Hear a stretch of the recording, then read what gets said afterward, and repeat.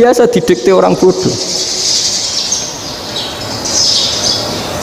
Nah, makanya ciri khas orang muslim itu kata Nabi, mangkana yu'minu billahi wal yaumil akhir. Jadi baik tetangga karena perintahnya Allah dan Rasul. Pentingnya apa? Bedanya karena berbuat baik ini perintahnya Allah, mbok tonggo apik lah kita tetap apik karena perintahnya Allah dan Rasul. Begitu juga dengan hubungan dengan istri, dengan anak. Mbok bojomu lagi cerewet lah ya tetap apik. Karena dengan cara itu kita hanya tunduk kepada Allah dan Rasul. Itu orang yang wakam da'in yadda'i annahu da'a ilallah tapi hakikatnya yad'u ila nafsi. Jadi banyak da'i yang mengklaim dirinya mengajak ke Allah dan Rasul tapi sebetulnya hakikatnya mengajak ke kelompoknya sendiri. Saya ini termasuk kiai yang masih orisinil. Artinya orisinil gini, suatu saat atau kapan saja saya kok sudah tidak laku jadi kiai, asal Islam jalan tetap senang, karena nggak penting yang populer saya apa enggak itu tidak penting, yang penting agama ini tetap jalan. Sama negara ini harus jalan siapapun presidennya. Ya ini penting saya utarakan karena perbedaan antara nafsu dan komitmen beragama itu tipis sekali. Sehingga dulu pernah ada cerita, ini bukti keadilan Rasulullah SAW. Pernah suatu saat Nabi itu ngaji, yang ngaji seperti ini. Terus ada pemuda dengan cueknya ngelewati masjid yang sedang dipakai Nabi ngaji. Singkat cerita semuanya ngomel ya, bergumam. Celaka betul pemuda itu, ada Nabi ngaji kok tidak ikut ya. Tapi Nabi secara besar hati ngendikan, ini ada di beberapa kitab di Fadhailul Kasbi, keutamaan kerja. Kata Nabi, pemuda itu mau mencangkul di lahannya. Jika dia mencari nafkah untuk keluarganya, untuk kebaikannya, maka itu bagian dari ajaranku. Jadi Nabi berbesar hati bahwa kerja seperti itu bagian dari ajarannya. Jadi tidak harus datang ke majelis ngaji. Dan bisa saja yang sedang hadir itu ya orang yang hindari istrinya minta belanja, dari ngaji terus benar dituntut belanja kan gitu. Mungkin anak-anak UMM yang kesini daripada tengok-tengok yang Malang bosen jalan-jalan ke Rembang gitu. Nah, jadi nggak mesti benar juga niatnya gitu. Jadi ya sama itu. Jadi kalau di dunia kiai yang masih orisinil itu nafsu itu benar-benar dilatih. Maka masyhur dalam cerita ada orang perang sama Ali radhiyallahu anhu.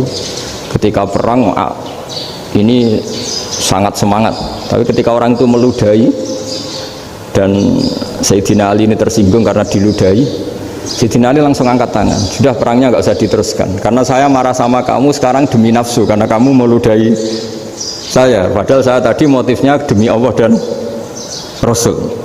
Jadi sangat tipis bedanya kita emosi karena diri kita dan emosi karena Allah dan Rasul. Sehingga ketika diludahin ini terus beliau mikir jangan-jangan perang saya karena saya diludahin. Nah yang hilang dari peradaban modern adalah Allah itu tidak begitu hadir di hati kita. Saya sering cerita di mana-mana, teks hadis itu sebenarnya berbunyi gini, ini hadis sahih. Mangka na yu'minu billahi wal yaumil akhir fal yukrim jarohu.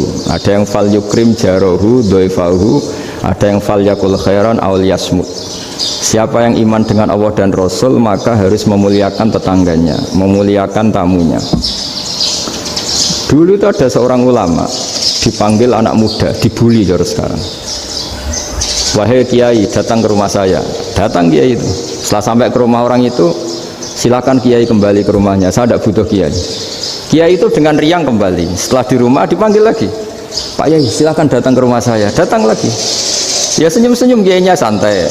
Wah nggak jadi butuh Pak Yai, silahkan kembali lagi. Sampai 3 kali. Oh itu kalau rektor digitukan marah itu. Dosen marah. Kiainya santai. Santai, senyum-senyum, rileks.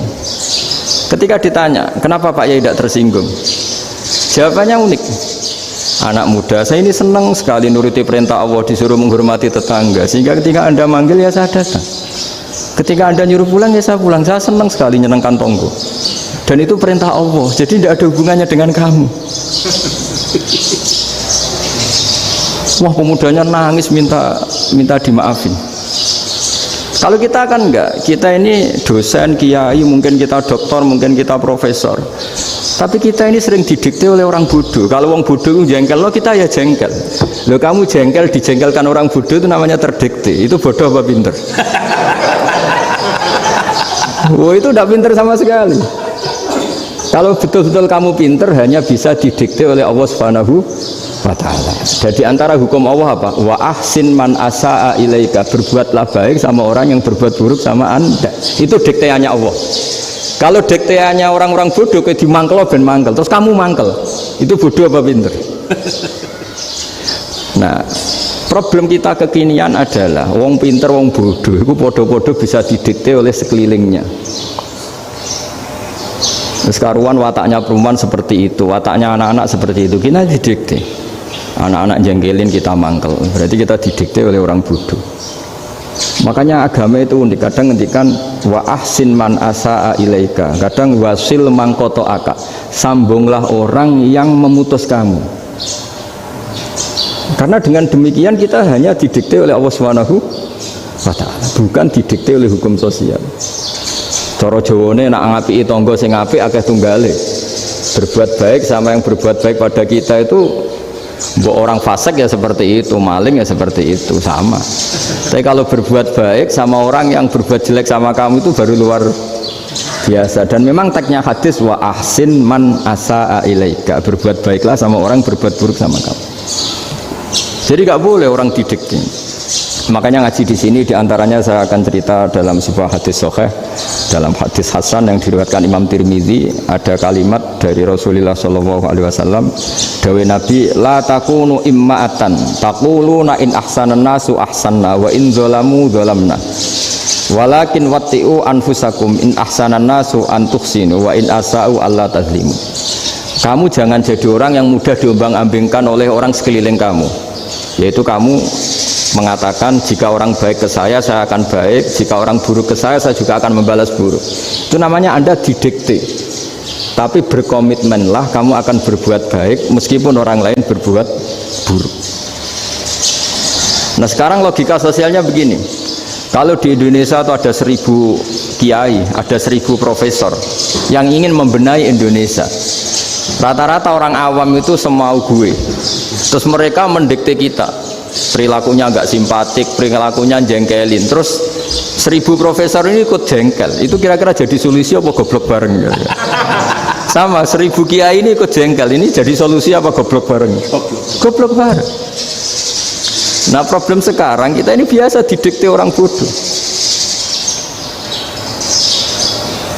Nah makanya ciri khas orang muslim itu kata Nabi, mangkana yu'minu billahi wal yaumil akhir, jadi baik tetangga karena perintahnya Allah dan Rasul. Pentingnya apa? Bedanya karena berbuat baik ini perintahnya Allah, mbok tonggo rapik lah kita tetap apik karena perintahnya Allah dan Rasul. Begitu juga dengan hubungan dengan istri, dengan anak, mbok bojomu lagi cerewet lah ya tetap apik.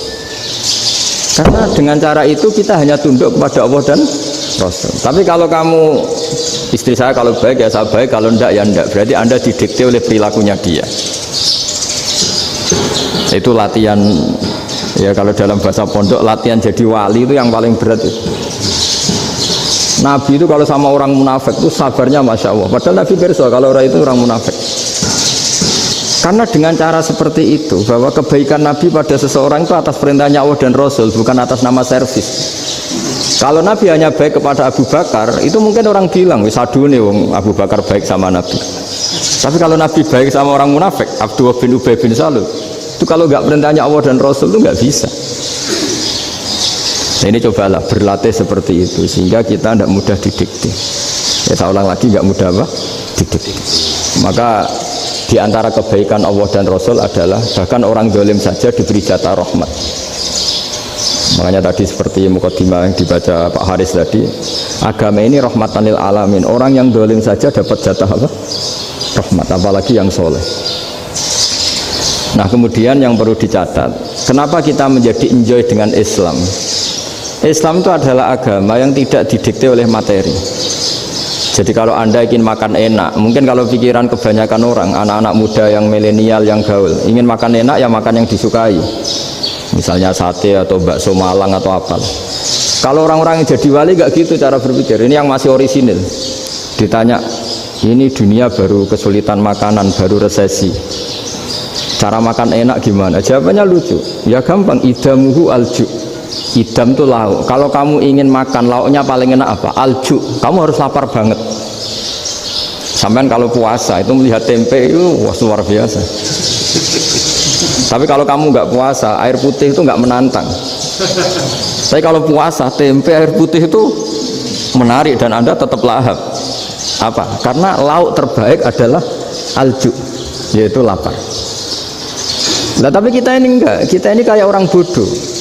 Kayak orang bodoh tadi, profesornya makan nyaman ya kalau sesuai selera. Nah itu kan sama dengan anak-anak ABG. Anak ABG itu makan lahap ya kalau yang disukai. Lalu bedanya apa ABG sama profesor? Kalau cara berpikir masih sama kan itu. Kiainya juga gitu, kiai makan enak kalau yang disukai, kalau enggak ada. Lalu bedanya apa kiai sama orang awam? Orang awam juga gitu, makan lahap ya kalau yang disukai. Nah ternyata perilaku kita ini yang pintar sama yang bodoh sama mas. Kalau kamu ingin berkasta lebih baik, itu cara makan enak itu apa? Idamuhu aljur. Lauk terbaik adalah karena kita sangat lapar. Makanya masyhur dalam cerita-cerita tarikh sirah nabawiyah, Nabi diberi hadiah, beberapa hadiah. Di antaranya ada yang diterima, ada yang enggak. Termasuk yang dikembalikan itu dokter. Ada seorang raja memberi hadiah Nabi dokter Tobit. Itu sama Nabi dikembalikan. Karena dokter ini sudah lama kumpul Nabi itu nggak pernah sakit. Akhirnya dokter ini putus asa, ini nggak perlu diobatin. Ketika ditanya, kenapa ya Rasulullah engkau tidak pernah sakit? Karena kita ini kaum, kita ini komunitas masyarakat yang tidak akan makan kecuali lapar. Dan kalau sudah makan berhenti sebelum kenyang. Jadi sederhana sekali pengobatan zaman itu. Sebagian besar penyakit itu pasti disebabkan kita ceroboh dalam hal makan. Sudah ngerti kalau durian masalah, kalau makan durian ini nggak kehitung gitu, apalagi kalau gratisan itu berapa banyak gitu. Pola tidur juga gitu kata Nabi, dan kita tidak tidur kalau tidak sangat ngantuk.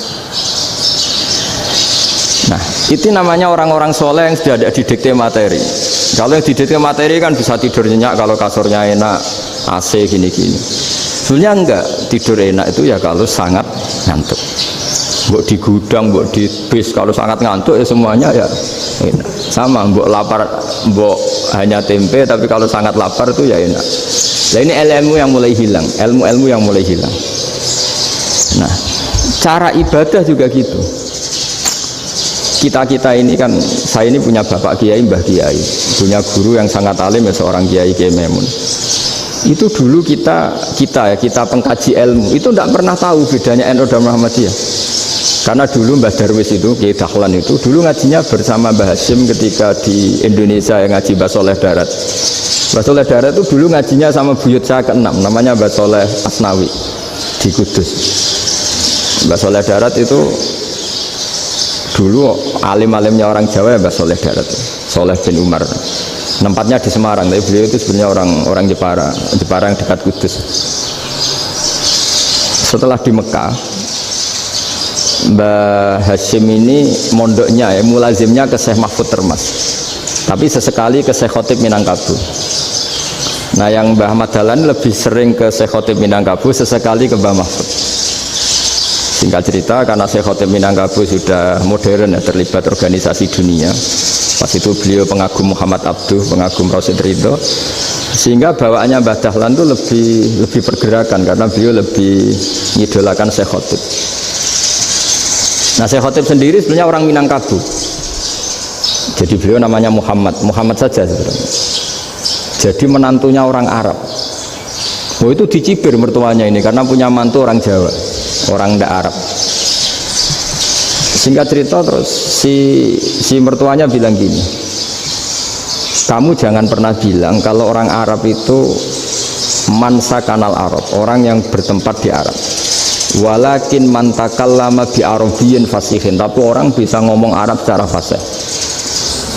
Singkat cerita, kalau kamu tidak percaya, nanti suatu saat menantu saya kalau Jumatan, tidak usah kamu kasih tahu.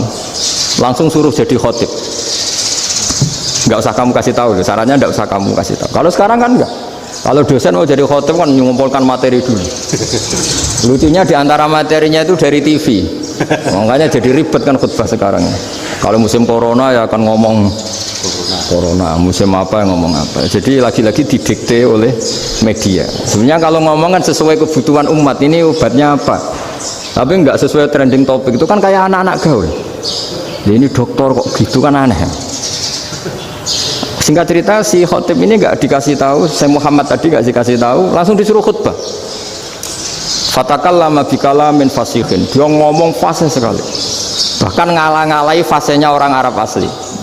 Semenjak itu beliau dapat gelar al khotib, orang yang cakap berpidato berkhutbah. Makanya terus dia khotib al Minangkabau. Jadi orang Indonesia itu luar biasa. Dulu yang namanya orang Indonesia di Arab Saudi itu dihormati sekali karena yang ke sana itu pasti ulama. Sudah alim di Indonesia ke sana, termasuk Mbah Ahmad Dahlan, Mbah Hashim dulu karena sama-sama muridnya Mbah Soleh Darat. Lama-lama yang ke sana itu TKI TKW itu ya mulai agak dibully. Dulu Syekh Nawawi di antara ijtihad yang dihormati itu beliau mengkritik nyuwun sewu orang yang kan orang biasanya normalnya kan muji orang mati syahid, hebat orang mati syahid itu hebat gini. Oke, kita sepakat orang mati syahid itu hebat. Tapi kata Imam Nawawi dengan syarat niatnya itu li'ila'i kalimatillah dan itu bawaan takdir. Saya ulang lagi, itu bawaan takdir, harus mati di medan perang. Tapi tidak boleh seseorang ini niat perang tapi niatnya supaya syahid. Karena kalau begitu berarti dia berniat supaya menjadi maktulal kafir, orang yang dibunuh orang kafir. Kedua, dengan dia mati berarti pasukan Islam berkurang. Berarti dia ingin pasukan berkurang, hanya ambisinya dia ingin langsung ke surga. Misalnya pasukan orang Islam itu 10, orang kafir 10. Kalau kamu ingin syahid berarti mati 1 kan, tinggal 9 kan. Nah kalau yang seperti itu 10 kan mati semua. Gara-gara ingin syahid akhirnya perangi rapati tenanan, benang mati, benang mlebu swarga. Kata Syekh Nawawi, ya enggak. Kalau kamu perang sama orang kafir ya niat menang.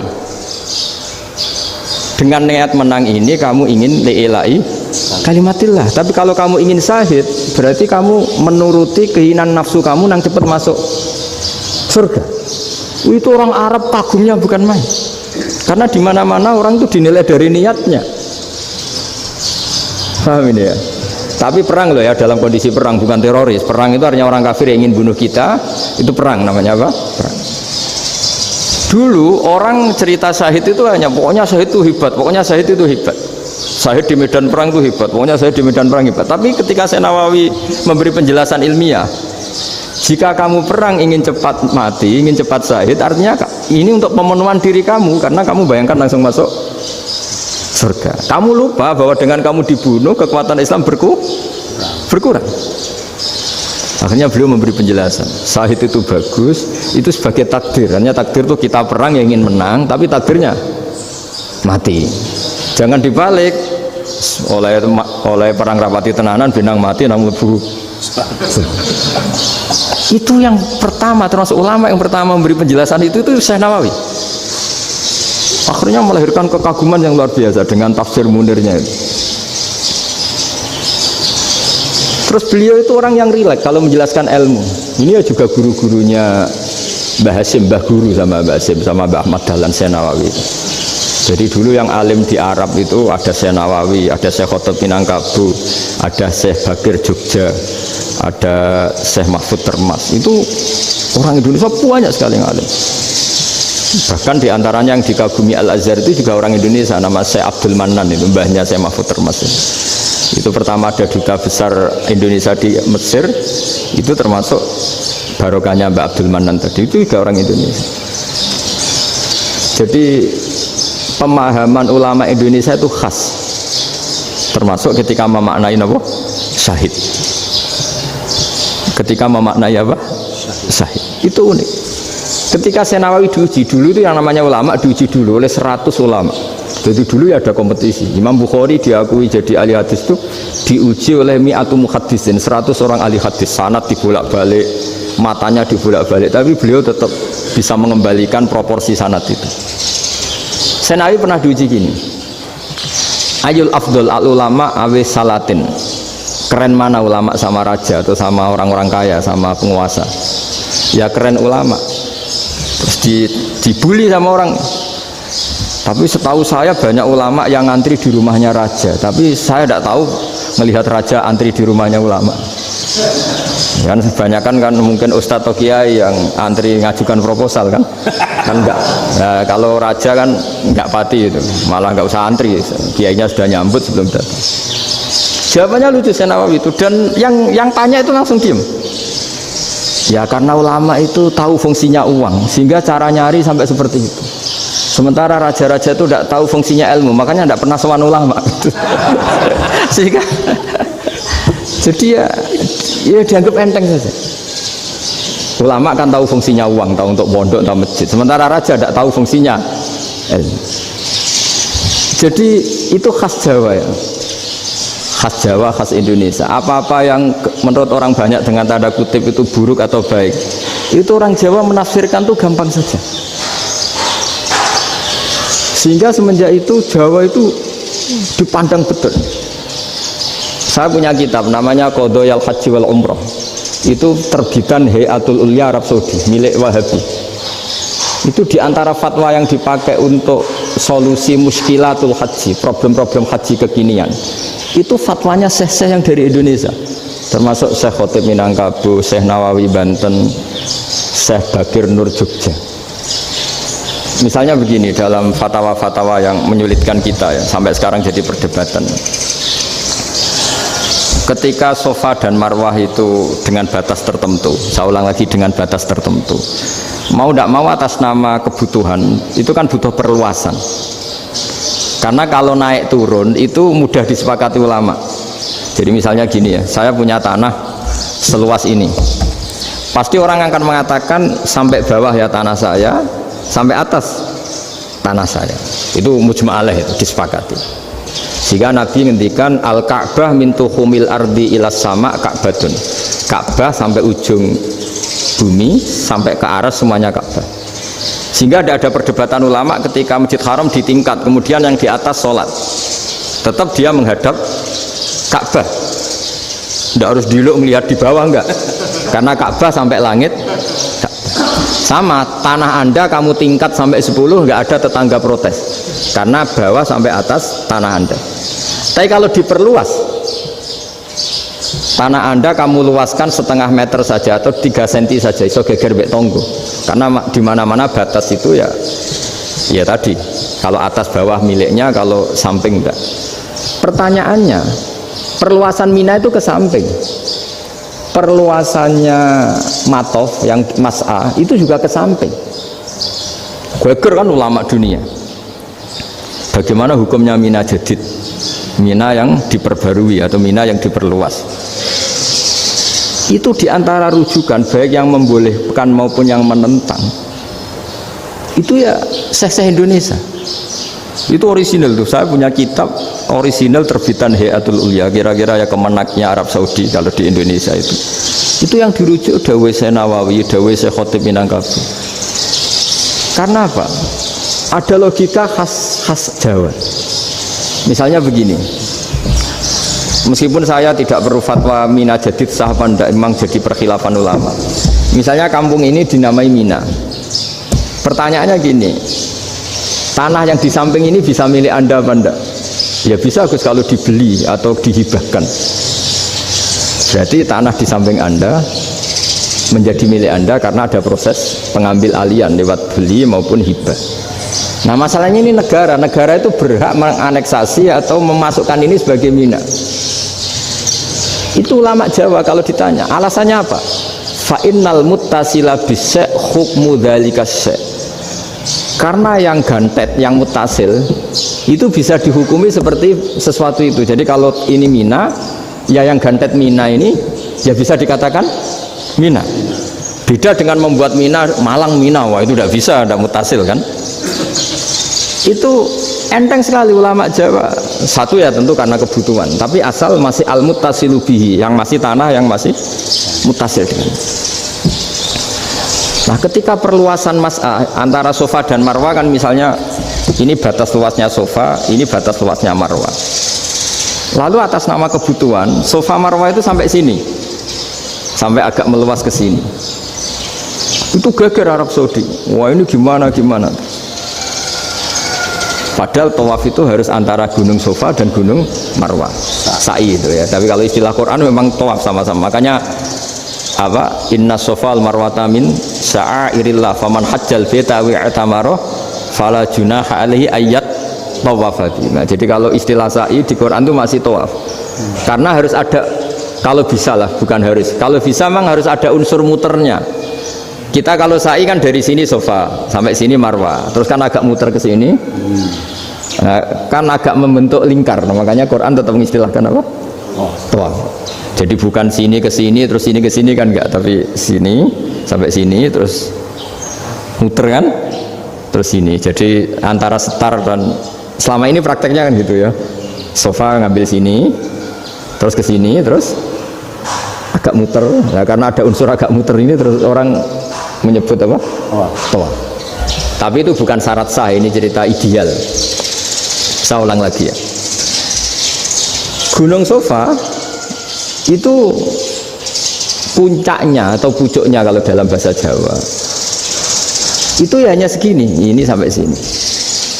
Nah, kelompok Islam yang fikih keras nggak boleh diperluas, karena Allah memilih tempat ini itu spesial, jadi nggak boleh ke yang lain. Tapi ketika kebutuhan mendesak, mau tidak mau harus diperluas. Itu jawabnya Kiai Jawa lucu. Gunung sing ketok itu sing dhuwure tok, sikilane luwih hombo. Jadi karakter gunung kan bentuknya gini. Nah, Sofa yang kecil itu yang atasnya, tapi sikilannya sini kakinya lebih luas. Jadi boleh perluasan asal tidak melebihi kakinya. Nah, dihitung ya lebih luas. Jadi Kiai Jawa itu kayak wong delok gunung Penanggungan, kayak gunung Arjuna. Di mana-mana puncak gunung itu lebih kecil timbang kakinya. Artinya diperluas ini bukan berarti tidak di Sofa dan tidak di, nah, itu khas Kiai Jawa. Jadi jangan kira orang Jawa itu tidak hebat sekali. Termasuk perkembangan hotel di Arab Saudi. Itu dulu sebelum ada hotel, buyut saya kelima atau keenam dulu haji, namanya Badur Rahman. Itu kalau mau ingin apa ya, menghindari terik matahari itu masuk gua. Itu masuk gua itu hanya separuh badan, kakinya di luar. Jadi jangan bayangkan kalau gua di Indonesia kayak gua Akbar di Tuban orang bisa masuk jalan-jalan, enggak. Gua di Arab itu kayak cepitan batu, tidak sampai masuk. Sehingga kepalanya dimasukkan, kakinya masih kena matahari, saking panasnya Arab Saudi. Sehingga dalam bayangan hijrah ketika Nabi bersembunyi di gua apa? Sur, itu kata Abu Bakar, kalau orang kafir melihat kakinya pasti melihat kita, karena nggak bisa masuk penuh. Jadi orang itu mau dempes tok. Sehingga ya kira-kira luasnya gua paling segini. Makanya guyonannya kiai-kiai itu untung nggak kayak gua Indonesia. Kalau kayak gua Indonesia laba-labanya capek, karena luas sekali. Jadi jangan bayangkan gua Arab tuh kayak gua Indonesia. Makanya bayangannya, andai kan orang tuh melihat ke bawah pasti melihat kita, karena orangnya nggak bisa masuk penuh, nggak bisa masuk 100%. Ya kayak cepitan batu lah mirip. Itu kan mirip Gunung Uhud. Gunung Uhud kata Rasulullah, nanti kalau kamu perang itu di atas, menang atau kalah di atas, musuh biar di bawah, dengan di atas kamu bisa manah. Jangan bayangkan kayak Gunung Merapi, kayak Gunung Penanggungan. Lah kalau Gunung Penanggungan manah ke bawah yang leyang kan. Jadi gunung di Arab itu kayak bukit ya, sampean pernah kan ke Uhud itu ya sama ini aja tinggi ini kan. Nah ini yang ada, mulai ada mis, makanya nerjemah itu susah di Indonesia, karena jabal itu udah harus tinggi, kalau tinggi nggak bisa manah dari atas ke bawah kan nggak ngefek kan. Sama kalau ke Uhud gunungnya kan pendek sekali, sehingga yang manah dari atas ke bawah ya kalau kena musuh ya celaka, karena memang dekat. Nah kalau gunung Indonesia manah dari atas ke bawah yang leyang nggak ngefek. Nah itu susahnya nerjemah bahasa Arab ke kita. Jadi apa ya, transkrip itu nggak gampang karena ada pengertian yang beda. Kita kalau bilang gunung itu tinggi sekali, sampai banyak mahasiswa tersesat ya saking tingginya. Kalau orang naik Uhud nggak akan tersesat, wong ketok dari bawah itu. Nah ini pentingnya ngaji ya. Jadi akhirnya ulama-ulama Indonesia itu dipakai rujukan. Jadi mulai Mbah Hasyim, Mbah Ahmad Dahlan sampai era buyut-buyut itu masih orang alim. Lama-lama yang di Indonesia ini orang-orang yang bodoh. Sehingga orang Jawa kalau ke sana dibully, ya Jawa tak kuluh kaya. Orang Jawa itu penggaweannya itu makan ular. Karena belut itu kalau di kamus itu persis ular. Dulu itu kan kamus tidak full color. Gara-gara gak full color, gambar belut sama ular itu sama. Belut itu belut sama ular kalau nggak full color gambarnya sama apa enggak? Sama. Terus orang Jawa itu kan masih banyak yang makan bajing itu apa? Ketupai itu. Bajing kalau digambar tidak full color sama dengan tikus. Gambar yang tidak warna. Hitam putih. Sehingga kita ini dibully pemakan tikus dan pemakan ular. Karena belut itu persis ular kalau digambar yang tidak full color. Sampai datang Syekhona Khalil, datang ulama ngarang kitab ya judulnya Al-Belut, karena nggak terima bangsanya dinyek makan apa? Ular. Terus dikarang wal belut hayawanun bakhriyun, terus ya isu fi kadza wa kadza, itu beda dengan al-hayyah, itu diterangkan mulai bisa nerima. Terus sistem hotel juga gitu.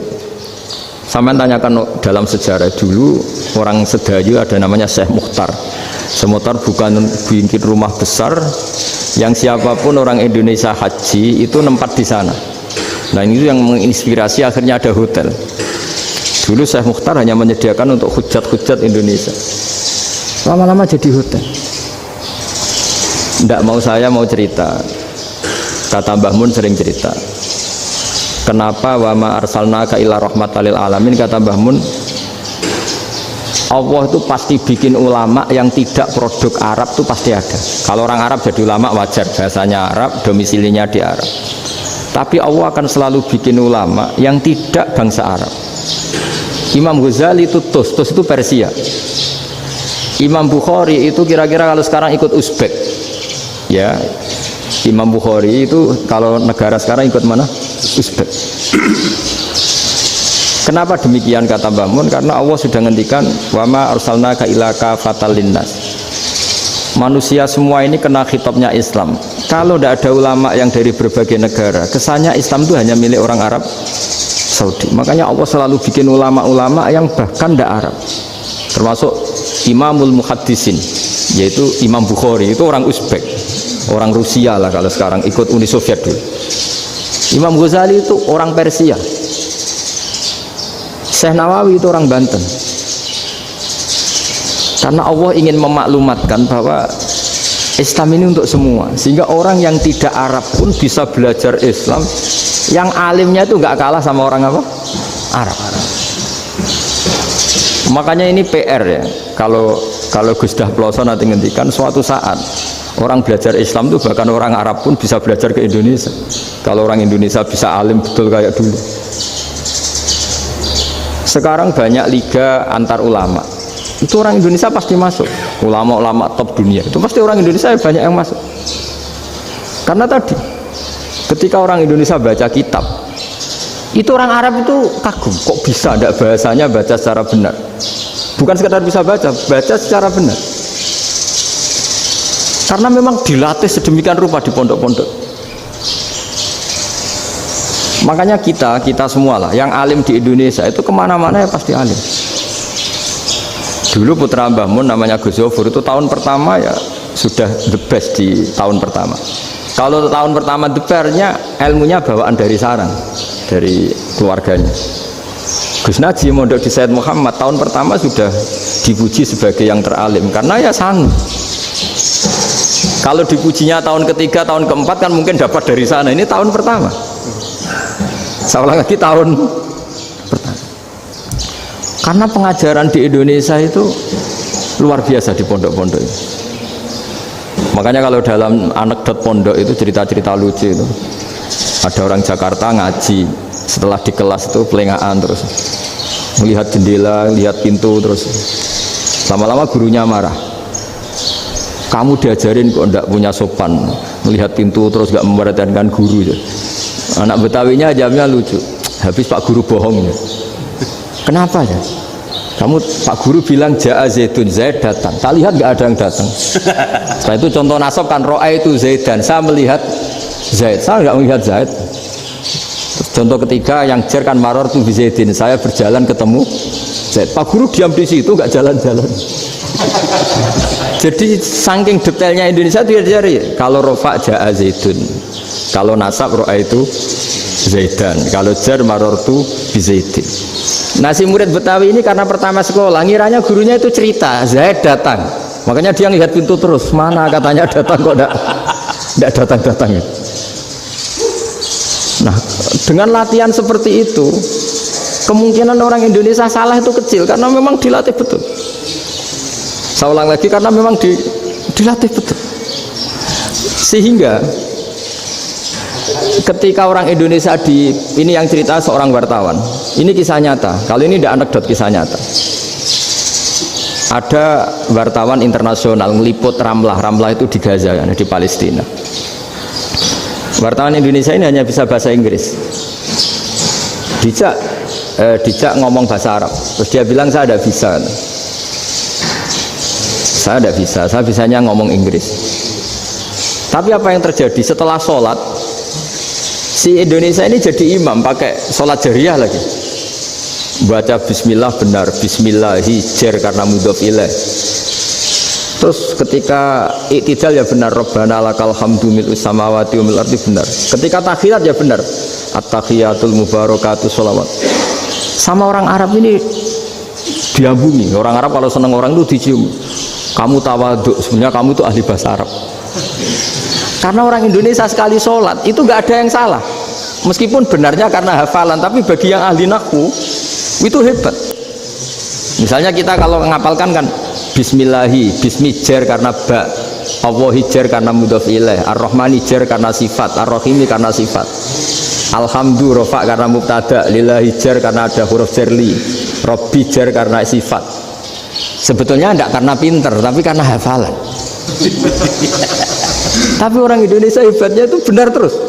Rabbana lakal hamdu, ya kan, alhamdu rofa, terus mil'us samawati ya rofa karena sifat. Sehingga terus orang Indonesia kalau sholat di Timur Tengah itu dipuji karena makhrajnya ya benar, rofa nasabnya juga benar. Nah itu di negara lain tidak ada nggak Indonesia. Orang Cina itu sering bikin marah orang-orang Arab karena kalau dongo itu nggak fasih kayak orang Indonesia. Orang Indonesia kalau dongo ya Allahumma tohir qalbi. Orang Cina ini yang jadi guyon di Arab, Allahumma tahir kalbi gitu. Itu kan bedanya jauh. Itu orang Arab pertama membiarin, lama-lama kalbun entak gitu, maksudnya asu-asumu gitu. Karena dia bilangnya qaf itu kaf. Jadi kalau Allahumma Allah tohir, kalau aturi nyucekno panjenengan kalbi ing asu ingsun kan. Tapi kalau qalbi itu ati ingsun, tapi kalau kalbi anjing ingsun. Bedanya qaf sama kaf. Ana arah-arah aja kalbun entak. Asu-asumu maksudnya kan. Tapi padahal orang Cina itu bareng dilihat tagnya ya pakai qaf. Orang Indonesia enggak, mulai kecil dilatih sak fase-fase. Sampai ya sulit betul latihan Fatihah itu. Kalau di Kudus malah sampai 3 bulan Fatihah. Sampai at-tahiyyatu, kurang bersih. At-tahiyyatu sampai gitu. Sampai ada cerita itu orang dipanggil maftuhin itu enggak melengak, harus maftuhin. Baru melengak. Tapi barokahnya itu orang Indonesia kalau dongo memang benar-benar Allahumma tohir qalbi, ya Allah sucikan hati kami, bukan tahir kalbi. Karena sekali jadi kaf itu maknanya anjing saya, ya Allah sucikan anjing. Jadi ini orang Indonesia. Jadi kata Mbah Mun, dawe Mbah Mun, illa kafatal linnas, bahwa agama ini milik semuanya. Itu diantara bukti Allah menghendaki atau mendesain Islam seperti ini. Orang yang belajar di Indonesia itu pengetahuannya Islam, pengetahuannya tentang Islam itu tidak kalah sama yang belajar di Al-Azhar, sama yang belajar di Arab Saudi. Makanya ini PR-nya UMM, PR-nya IAIN, PR-nya UIN. Bisa enggak sealim mereka dalam bahasa Arab? Nah, bahasa Arabnya mau man anta, ana zaidun.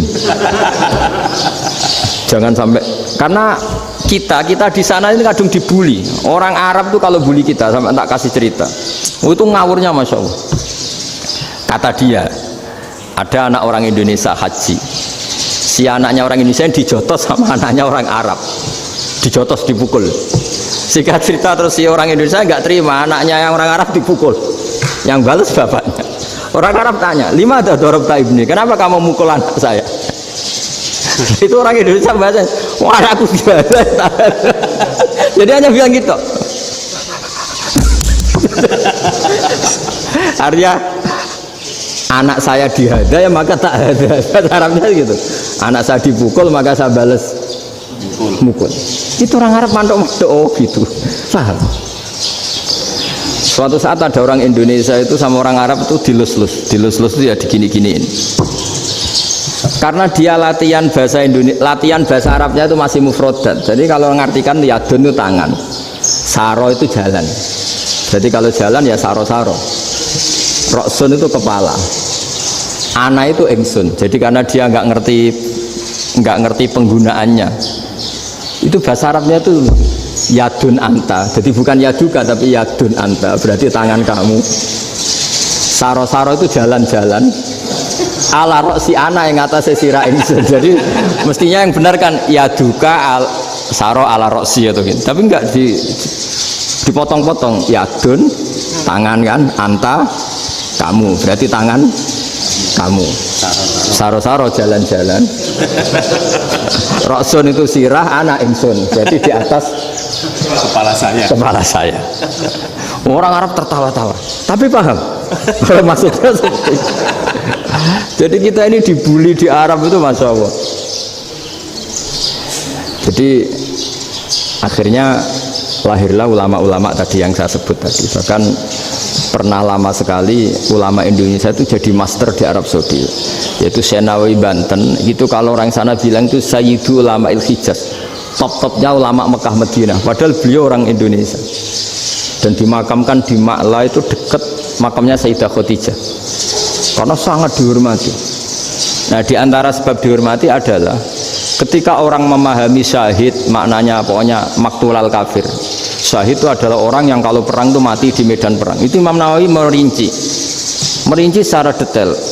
Kalau dia perang supaya tujuannya mati syahid cepat ke surga, berarti dia nuruti hadzun nafsi, ingin cepat ke surga. Tapi dia lupa bahwa dia dengan terbunuh pasukan Islam berkurang kekuatannya. Maka syarat perang yang benar adalah ya ingin menang. Di mana-mana perang ya lillahi kalimatillah, supaya kalimat Allah itu menang, jangan ingin kalah. Soal dia mati takdir, tapi jangan ingin mati. Wah, itu terus dikagumi. Ternyata memang, oh iya ya, kalau pasukan Islam 10, kafir 10, kita ingin syahid, berarti ya kalau orang ingin syahid kan terus mungkin perangnya ada hati-hati, main ngawur saja terus kalah mati. Sudah kalon satu kan, terkurangi satu kan. Nah kalau semuanya 10 punya niat gitu, nah itu Senawawi. Senawawi itu orang yang begitu gampang nerangkan Quran. Bahkan ketika orang Arab kesulitan ngartikan famathaluhu kamathalil kalbi intahmil alaihi yalhas atau tatrubuna yalhas. Orang tomak itu ibarat kayak anjing. Anjing itu kamu kasih makan ya tetap melet, menjulur-julurkan lidahnya, kamu ndak ya ndak. Imam Nawawi ditanya, ma wajusibbi, lalu wajah tasbihnya di mana? Beliau menjawab fit tomak. Jadi anjing punya dua sifat yang berlawanan. Di bab ilmu dipuji, nggak ada hewan yang mudah menerima ilmu kayak apa? Anjing. Sehingga Quran mengistilahkan wama alamtum minal jawarihi mukallibin. Hewan yang mudah diajari itu oleh Quran dibahasakan sudah menganjing.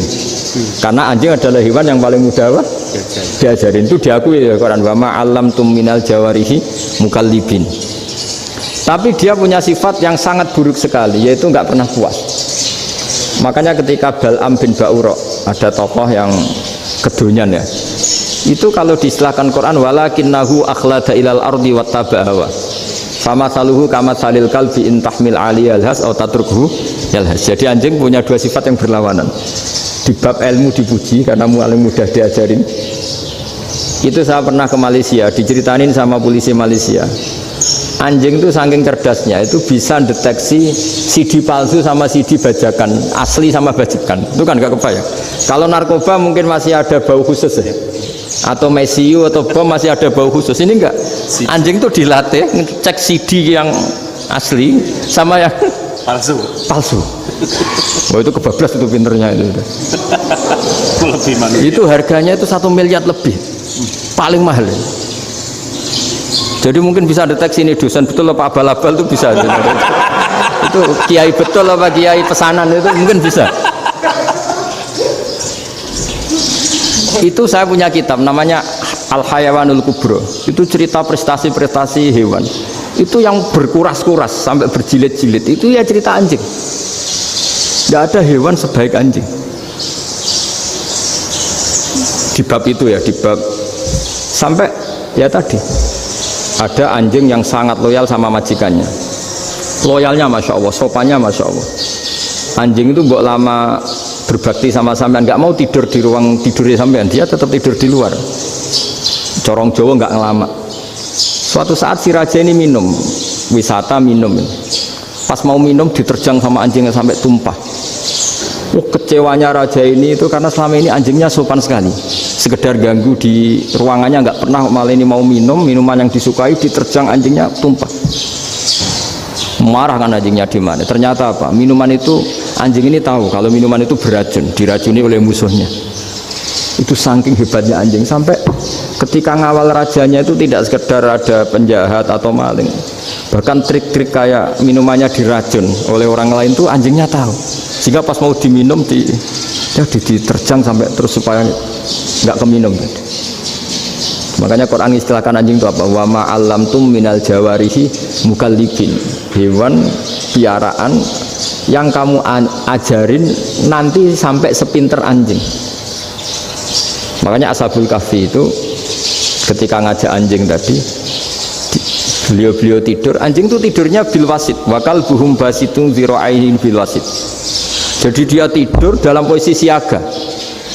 Loh, coba anjing itu nggak pernah sekolah, karena dia posisi menjaga, tidurnya itu kayak siaga gini, bukan ngorok semadep ke atas terlentang, itu enggak. Andai kan dia tidur terlentang itu kan yang mau mengganggu kan, wah sunai turwa, itu enggak. Dia tidur posisi siaga, makanya disebut lawit tolak ta'alaihim lawalaita minhum firoron. Kalau kamu melihat anjing itu pasti lari, karena dia posisi siap merekam. Jadi tidur tapi posisi siap merekam. Jadi matanya tetap terbelalak kayak siaga. Padahal itu enggak diperintah, ya dia memang punya nalar untuk itu. Ini disebut wa ma 'allamtum minal jawarihi mukallibin. Dan dalam teori modern juga gitu. Tapi dalam hukum Islam yang dianut mazhab Syafi'i itu anjing tetap najis. Ya sudah, najis ya najis. Tapi ada mazhab lain yang mengatakan tidak najis. Tapi tidak usah ngurmat anjing, geger nanti kalau rektor kampus punya anjing. Tapi ilmu itu bagus untuk kelangenan kadang. Andai kan tidak ada mazhab Malik, maka kita kesulitan menceritakan Ashabul Kahfi yang hewan piaraannya itu anjing. Tapi misalnya anjing disucikan, kita juga nanti susah menjelaskan hadis Nabi malaikat itu tidak masuk rumah yang di situ ada apa? Anjing. Maka ilmu itu, makanya kata Imam Sa'roni, sebagian ilmu itu memang kelangenan, tapi nggak boleh jadi praktek. Tapi harus ada. Misalnya begini, contoh paling gampang. Api dalam mazhab Syafi'i kan alat pensuci hanya dua, air dan tanah. Ya saya ulang lagi, air dan tanah, yaitu tanah untuk mensucikan najis anjing. Imam Abu Hanifah menambahkan api. Mazhab Syafi'i itu agak kesulitan ketika ada batu bata dibikin dari tanah-tanah yang bercampur kotoran. Mazhab Syafi'i akan kesulitan karena di situ ada najis yang jadi materinya bata. Hukumnya gimana kalau nanti dipakai masjid? Tapi barokahnya ada beberapa mazhab. Abu Hanifah mengatakan dan api. Jadi apa tadi air, tanah, api. Alasannya masuk akal.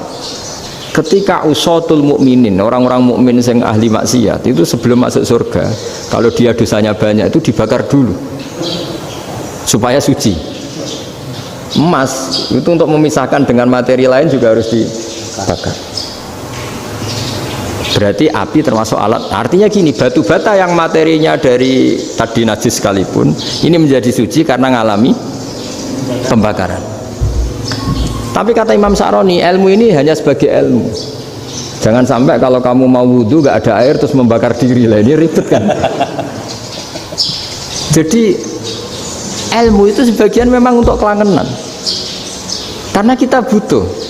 Andai kan tidak ada mazhab Abu Hanifah, maka kita akan kesulitan pakai bata. Kita tahu cara bikinnya kadang di tempat yang kotor, di tempat yang najis. Tapi karena ini ngalami dibakar, maka hukumnya suci menurut mazhab Abu Hanifah. Dan itu sering ulama itu sampai apa? Saya punya kitab fikih namanya Fardul Masail. Pengandaian ada masalah. Jadi masalah itu belum terjadi tapi diandaikan. Misalnya kayak di Texas. Bumi itu bulat bola. Texas itu kalau dibor itu pas Ka'bah. Lalu kiblatnya di mana? Bumi ini kan hanya rubuk-rubuk seperempat, yang ada arah itu seperempat. Tapi kalau Ka'bah itu sama Texas, satu Texas dengan Ka'bah itu lalu kiblatnya mana? Sudah bebas arah. Maka ilmu mengatakan mara'ahu muslimuna hasanan fawa indahu hasanun.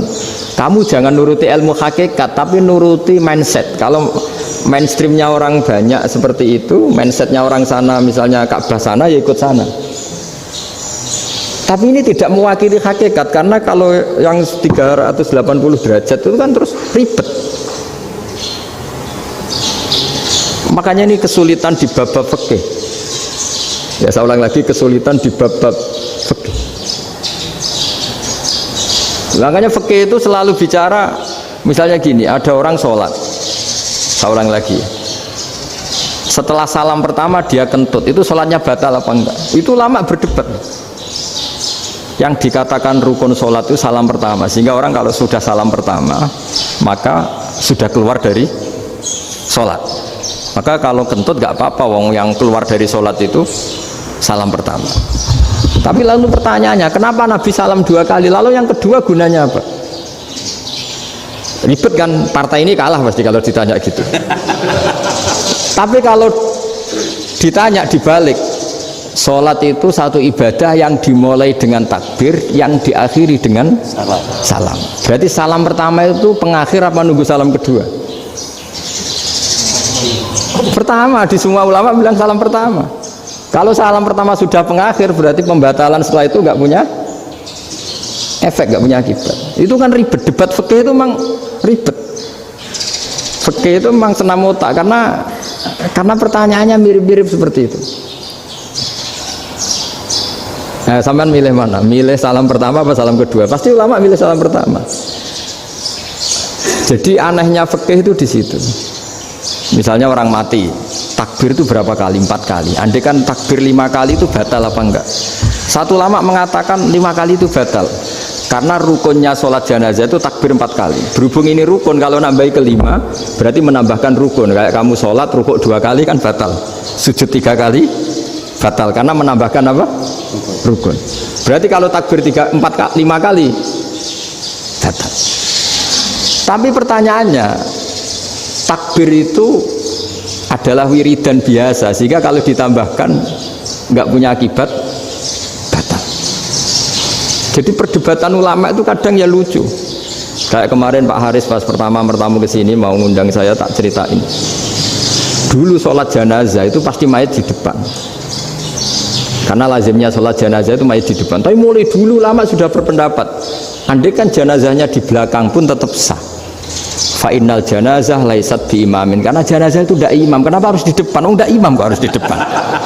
Itu mulai dulu. Sehingga ketika Arab Saudi pernah mengalami tragedi, ada orang yang dibungkus kayak mayit, ternyata senjata. Setelah di dekat Ka'bah dipakai dulu, tragedi tahun berapa itu, pokoknya pernah ada tragedi itu. Semenjak itu Arab Saudi kalau ada orang mati tetap di kamar mayit, terus ada sholat jenazah, padahal mayitnya di belakang yang jamaah. Jadi meskipun kita tidak akan bikin ajaran baru jenazah di belakang, ya tidak keren, kasihan kan, tetap biasanya di depan ya di depan. Tapi meskipun jenazah ini di depan, kita tetap berpendapat andai kan di belakang tetap sah, tapi nggak usah dipraktekkan.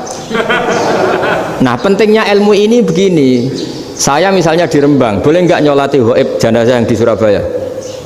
Boleh kan, padahal yang kita solati di belakang. Jadi ilmu itu penting, cocok tidak cocok, nama ilmu itu penting. Terus ada gini lagi pertanyaan di fikih. Memang saya sengaja akan ngaji fikih. Kalau ngaji intelektualitas orang Muhammadiyah juara lah. Tapi ini ngaji fikih. Ada orang sarongnya itu pas sampai lutut. Kalau berdiri lututnya tertutup. Tapi nanti kalau ruko agak jengking lututnya terbuka. Itu batalnya nunggu ruko apa mulai takbir sudah batal? Padahal pasti nanti batal kalau ruko ini. Itu ada ulama yang mengatakan ya batalnya nunggu ruko. Bagaimanapun terjadinya pembatalan waktu ruko. Ada ulama mengatakan yang enggak mulai awal sudah tidak sah itu, karena pasti ngalami batal. Nah, pertanyaan-pertanyaan seperti itu penting karena lalu Allah menilai apa? Ya nilai niatnya. Misalnya gini, kalau contoh itu mungkin Anda tidak tertarik, tapi contoh begini. Kita mau operasi jam 10 siang. Kita tahu kalau nanti 10 siang akan divonis medis harus makan karena mau berobat. Malamnya itu kalau kamu orang soleh, bayangkan kamu orang soleh, kalau tidak orang soleh kan tidak punya komitmen. Kamu milih niat puasa, apa enggak jam 10 mesti mokak menisan raposo. Kamu orang soleh. Kalau kamu orang soleh pasti milih puasa, karena ini Ramadan. Meskipun nanti jam 10 pasti disuruh batal sama dokter. Setidaknya kita berpikir gini, nak mati jam itu paling enggak ditulis saya sebagai orang yang puasa. Jadi perasaannya orang soleh itu beda. Kalau orang kok sampean barang menisan raposo kok ya mesti. Sampean tidak pernah berpikir bahwa puasa mulai fajar sampai jam 10 itu luar biasa. Bisa saja kita mati jam 7, bisa saja mati jam 6. Kan ditulis Allah sebagai orang yang berkomitmen terhadap puasa. Terus ada kemungkinan kecil, udahlah jam 10 itu dokternya sakit atau nggak jadi ke sana. Berarti kamu kan nggak jadi buka. Kan ya mungkin juga. Sama yang tadi, delalah sebelum ruko ono wong sing nyarongi sampean, sehingga sholatnya normal. Kamu tidak menemukan pakaian yang pas, jebule pas setelah ruko, mau ruko, ono wong ngerti, wah sholatnya kira bener disarongi. Itu agama. Jadi agama itu dimulai dari mana coba? Dimulai dari niat, dari komitmen. Nah sekarang kelirunya kenapa ada garis keras? Agama itu dimulai dari keinginan ideal. Itu yang mulai itu ada orang-orang garis keras. Agama ini enggak, agama ini dimulai dari niat. Sampai ada kaidah agama la yudraku kulluh la yudraku kulluh. Kalau tidak bisa ideal jangan ditinggalkan sama sekali. Tapi orang enggak, sekarang bayangkan Islam itu ideal. Pemimpinnya ya soleh, masyarakatnya soleh, enggak ada maksiat, enggak ada apa. Dan apa ilmu? Kalau secara ilmu mulai dulu ya ada orang dolim, ada orang soleh. Nabi kurang baiknya. Di angkatan itu ya ada orang munafik. Sehingga ulama itu sudah berpendapat ideal itu piye. Zaman Nabi saja ada orang apa? Munafik. Itu ilmu. Kalau nuruti kelangenan inginnya dunia ya steril, gak ada maksiat, gak ada. Dan agama itu diciptakan Allah itu memang unik. Calon Nabi misalnya, Nabi Musa itu sing rumat Fir'aun. Ketika Nabi Muhammad lahir, sing ribet manitia ini Abu Lahab. Orang dosen UMM. Coba. Karena Allah ingin memaklumatkan ke kita bahwa agama ini akan hidup di kondisi apapun. Asia, istrinya Fir'aun, itu termasuk mukminah yang dipuji Quran. Padahal dia bukan istrinya pengurus NU atau pengurus Muhammadiyah, istrinya Fir'aun. Tapi itu pelajaran bagi kita bahwa orang-orang baik itu tidak harus di lingkungan yang baik. Masjid paling makmur itu kadang di dunia mungkin ya jangan bakas Mekah Medina itu karuan. Mungkin di antara masjid yang makmur justru yang di Kanada, di Amerika mungkin. Karena merasa minoritas itu perpustakaannya ada, kajiannya ada. Tapi banyak masjid di daerah pesantren yang malah sepi. Karena kiainya tahu jamaah di masjid itu wajib. Dulu itu ada daerah pesantren, saya ulang lagi, ada daerah pesantren. Didikon pengajian, monggo nekani pengajian, maca selawat ning omahe ganjaran padha wae. Ribet kan? Mau dibantah itu benar, mau dibiarin merusak tatanan. Jadi saya mohon sekali ya, jadi ilmu itu diperbandingkan supaya perbedaan-perbedaan itu biasa. Dulu Imam Malik itu punya murid namanya Imam Syafi'i. Itu dalam banyak hal itu perbedaannya tajam sekali. Ya saya ulang lagi, dalam banyak hal itu perbedaannya tajam sekali. Misalnya begini, ini terakhir percontohan saya fikih, nanti dikaji sendiri. Ada seorang A'rabi, Ja'a A'rabiyun, ini di hadis sahih diulang-ulang di semua Al-Kutubus Sittah ada peristiwa ini. Ja'a A'rabiyun ila Rasulillah sallallahu alaihi wasallam faqala ya Rasulullah ahlaktu. Qala wa ma ahlakaka? Qala wa qatu imraati fi nahari Ramadan. Ya Rasulullah, saya ini orang yang rusak. Kenapa? Saya ini hubungan intim sama istri saya ketika masih siang Ramadan. Singkat cerita, orang ini dihukum berat sama Nabi. Hukumannya adalah karena dia membatalkan puasa ketika dengan hubungan intim. Sama Nabi dihukum, kamu harus merdekakan budak. Wah, tidak mampu ya Rasulullah, saya tidak punya budak.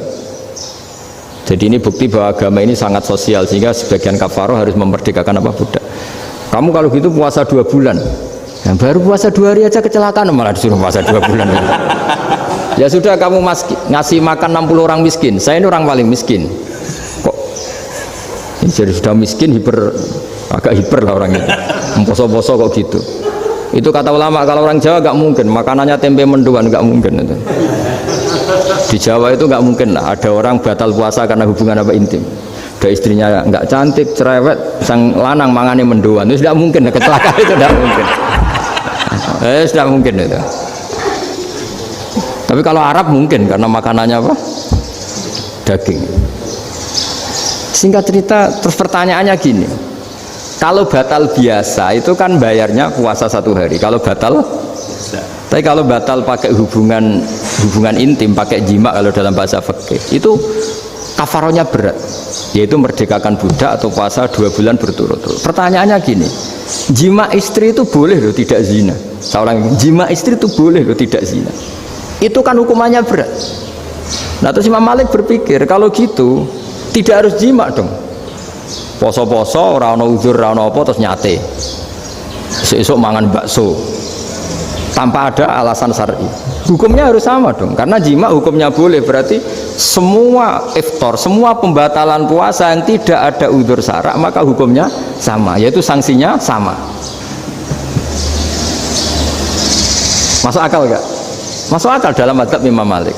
Dalam mazhab Syafi'i enggak. Mulai dulu jima itu beda. Kayak mertamu nih gone wong mangan itu oleh, tapi nak gue bojomu gue jima nih gue harus nemen ngawur ya lah. Tetap beda. Dari Imam Syafi'i itu, pokoknya beda, jima sama makan itu beda.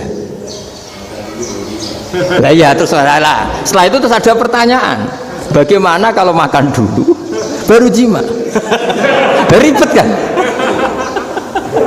Makanya itu sampai dibabkan Kitabul Khilafil Fiqhi, bab merekayasa fikih. Makanya itu perdebatannya orang Hanafi sama Imam Syafi'i juga sama. Ada orang jam segini lapar sekali, kalau langsung makan kan kena sanksi. Ya pergi aja dulu, pura-pura ngaji ke Gus Bah gitu. Nanti kan jadi musafir kan? Wah itu sudah boleh itu kan musafir. Padahal enggak. Memang dia pergi itu karena supaya bisa makan. Mau enggak kepikiran ngaji, tahu-tahu ingin ngaji. Mumpung Ramadan nah. Nah makanya dibabkan, apakah boleh merekayasa fikih? Tapi fikih bisa apa coba? Dengan status kamu musafir, ya memang boleh iftar, boleh berbuka. Nah itu terjadi terus perdebatan ulama menyangkut fikih. Karena memang masalah furu'iyah. Sehingga termasuk perdebatan kita dalam perilaku, misalnya adat orang NU kalau habis salam itu menghadap ke kiblat karena arah terbaik itu kiblat. Tapi sebagian orang Muhammadiyah atau mungkin semuanya menghadap ke makmum. Itu memang teks hadisnya itu kita yang meneliti hadis itu semua syarah itu berdebat. Nabi memuji kiblat itu arah terbaik, oke. Tapi di bab itu Nabi itu aqbala alena, menghadap ke kita. Lalu pertanyaannya, kenapa menghadap ke kita? Ada mengatakan karena Nabi memang punya tradisi kadang ngendikan. Ya tentu dulu istilahnya tidak kultum, nggak ada istilah itu dulu, 7 menit itu nggak ada. Tapi ada ulama yang analisis begini, termasuk kitab Fathul Bari. Nabi itu tokoh sentral, taruh lagi Nabi itu tokoh sentral. Ini kata kitab Fathul Bari, bukan kata saya. Nah, orang-orang yang imamu kaumi, orang-orang yang jadi imam di daerah masing-masing, tetap kalau sholat itu ikut Nabi. Ikut Nabi, setelah salam langsung pulang. Jadi sebetulnya salam langsung pulang itu ada sejarahnya, karena dia mau jadi imam di daerahnya. Nah, tidak kebayang kalau Nabi itu madhep kiblat. Kalau Nabi madhep kiblat, orang yang masbuk yang barusan datang pasti langsung usolli, misalnya fardhu isya'i misalnya, terus makmum Nabi, padahal Nabi sholatnya sudah selesai. Jadi intinya gini, kata Fathul Bari, imam setelah salam itu harus bikin gerakan atau omongan atau apa saja yang menunjukkan kalau sholatnya selesai. Di antara gerakan itu adalah beliau harus menghadap ke hadirin atau menghadap ke utara atau apa saja yang penting menunjukkan kalau sholat ini sudah selesai. Itu fikih. Jadi fikih itu cara menganalisis itu memang unik. Karena kalau Nabi tetap seperti itu, posisi pancet seperti itu, maka orang yang baru datang mengira Nabi masih sholat. Nah, pertanyaannya kalau mereka sudah takbir, malah sholatnya tidak sah. Kenapa tidak sah? Menggantungkan sholat atau mengikatkan sholatnya dengan orang yang sudah tidak sholat. Jadi menjadikan orang yang nggak sholat sebagai imamnya, kan nggak boleh. Maka Nabi harus memaklumatkan dengan gerakan itu bahwa beliau sudah tidak sholat. Karena orang datang dari berbagai daerah. Jadi nganalisis fikih, fiqhul hadis namanya. Itu ulama itu mau tidak mau debat. Karena pertanyaannya itu kenapa? Ya memang mau apa? Karena yang namanya sosial itu yahtamilu muhtamilatin, ada sekian kemungkinan. Makanya dalam madhab istimbat itu, ketika Nabi sodakoh pakai tamer, pakai kurma, itu ulama mesti ngitungnya tuh kut itu makanan pokok. Sehingga Imam Syafi'i mengatakan kalau di Indonesia pakai beras misalnya, karena kutil balat Indonesia itu beras. Oke, Imam Syafi'i mainstream. Tapi ketika era Yusuf Qaradawi di Al-Azhar di Mesir sana, ulama-ulama mulai usil. Sama sih ingat Mbah Mun sering gejlokan, lah iya petani gabah, petani padi wis melarat wajib zakat. Petani cengkeh, kakao, suga-suga wajib zakat hanya karena yang ditanam tidak makanan pokok. Jadi mulai ada ulama mulai gerah lah, kalau bahasa politiknya mulai gerah. Yang petani miskin gara-gara yang ditanam padi wajib zakat. Yang orang-orang di sana misalnya di Sulawesi karena tanamannya kakao atau cengkeh tidak wajib zakat karena bentuknya tidak makanan pokok. Geger kan di Al-Azhar geger. Akhirnya hampir semua ulama berpendapat ya sudah sekarang ketika Nabi menzakati makanan pokok itu jangan dihitung sebagai makanan pokok. Wa mimma akhrajna lakum minal ard. Apa saja, ma itu apa saja. Makanya kata Yusuf Qaradawi, ma itu apa saja. Makanya semua tanaman yang menghasilkan uang itu wajib zakat. Nah, masalahnya kitab-kitab Syafi'iyah itu sudah mamlu'ah, sudah penuh dengan penjelasan misalnya fala zakata fil khadrawat, maka enggak perlu zakat untuk kayak kangkung, semangka dan sebagainya. Nah, lalu kiai-kiai angkatan modern kayak Mbah Mun itu sering dapat masukan. Saya pernah dengar sendiri, Yai, saya ini punya sawah 1 hektar, tak tanamin padi itu nggak pernah kaya saya.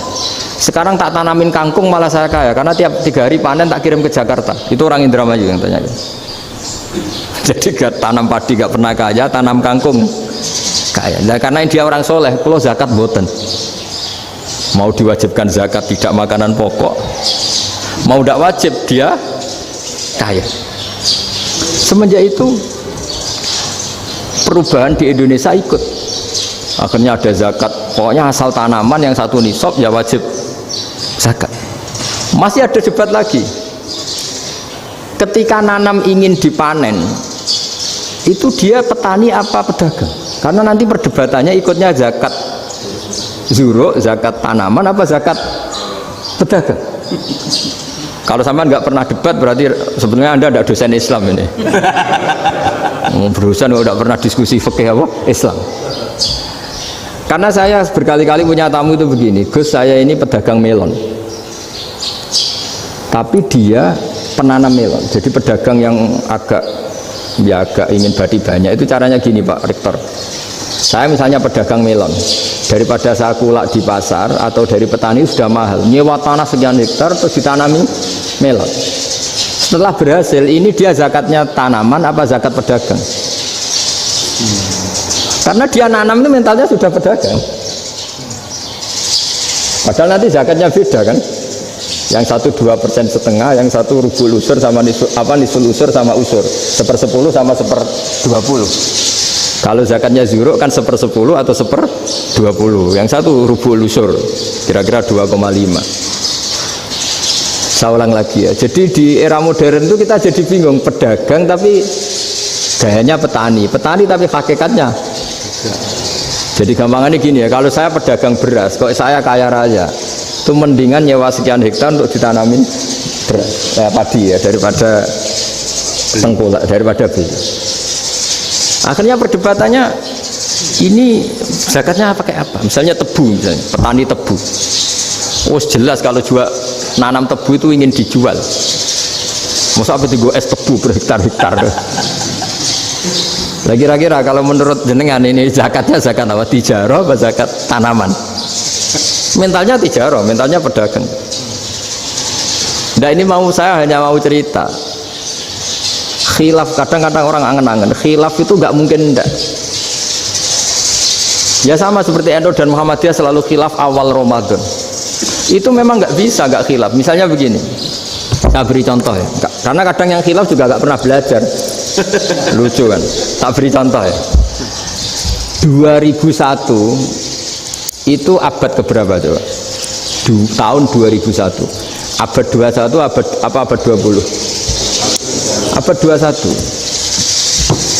Jadi meskipun terpaut 1 tahun, padahal abad itu 100 tahun. Nah pikirannya orang-orang Muhammadiyah seperti itu. Hilal kalau sudah melewati garis ufuk, meskipun setengah derajat atau 1 derajat itu sudah ikut bulan berikutnya, sehingga ya sudah meskipun sekian derajat sudah dianggap Ramadan. Nah pikirannya orang NU enggak, harus ru'yah bil fi'li. Itu sebetulnya lagi-lagi sebenarnya enggak masalah NU dan Muhammadiyah, itu di kitab-kitab ya seperti itu. Kita ini enggak biasa goblok ya. Artinya kita yang keluarga kiai tahunya kunut mazhab Hanafi, enggak kunut mazhab Syafi'i.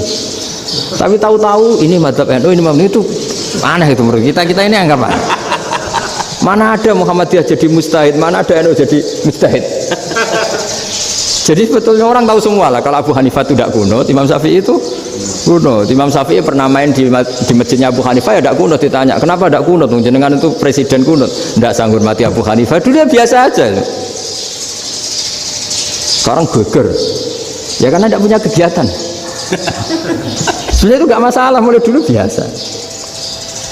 Saya teruskan ya. Nah, menurut mayoritas ulama nunggu ru'yah bil fi'li. Ru'yah bil fi'li itu gini. Mata telanjang bisa melihat karena agama ini menggantungkan perintah itu sama melihat. Kalau kamu tidak melihat itu bagaimana kena hukum? Ibarat gini, Pak Rektor datang ke rumah saya tapi saya nggak tahu, kena nggak saya hukum harus menghormati? Dia datang nggak sembunyi-sembunyi, saya kena hukum harus menghormati ya kalau melihat, kalau enggak ya enggak. Tapi Pak Rektor tetap bilang, tapi saya hakikatnya datang, jadi saya datang itu. Itu kan ribet. Akhirnya ya sudah, itu nggak ada khilaf sampai mati, ada khilaf karena yang satu menggantungkan hukum itu digantungkan sama tahu. Kalau tidak tahu ya, misalnya baju saya ini hakikatnya ada najis, pas sholat saya tidak tahu, sholat saya sah apa enggak? Sah. Karena hakikatnya ya memang saya tidak tahu, tapi hakikatnya ada najis apa enggak? Ada. Ya sudah, itu sama-sama masuk akal. Ada lagi khilaf yang mau senam otak. Fasyamu salasati ayamin fil haji wa sab'atin idza raja'tum. Singkat cerita ada satu pelanggaran haji yang kata Allah kafarohnya itu puasa 3 hari sama 7 ketika kamu pulang, idza raja'tum, ketika kamu pulang. Dalam mazhab Syafi'i yang namanya pulang itu yang haji sudah sampai rumah, di mana-mana pulang itu ya sampai rumah. Dalam mazhab Abu Hanifah enggak, ketika orang sudah balik kanan dari Arab Saudi, dari Mekah, ya namanya sudah pulang. Misalnya gini, ini Pak Rektor pamit saya, Pak Haris. Gus, Pak Haris mana? Ya sudah pulang kata saya, padahal sampai Pandangan sampai depan. Tapi bagi keluarganya belum pulang. Lalu idza raja'tum ketika pulang itu bahasanya siapa? Bahasa istrinya apa bahasa yang ditamoni? Kamu ditamoni orang, terus tamunya mana? Sudah pulang. Tapi tanyakan istrinya, belum pulang. Khilaf-khilaf gini kok jadi geger itu kan goblok banget maksudnya itu. Jadi biasa, gitu itu biasa. Jadi ya karena memang ini bukan masalah akidah, ini masalah furu'iyah, masalah fikih itu masalah furu'iyah.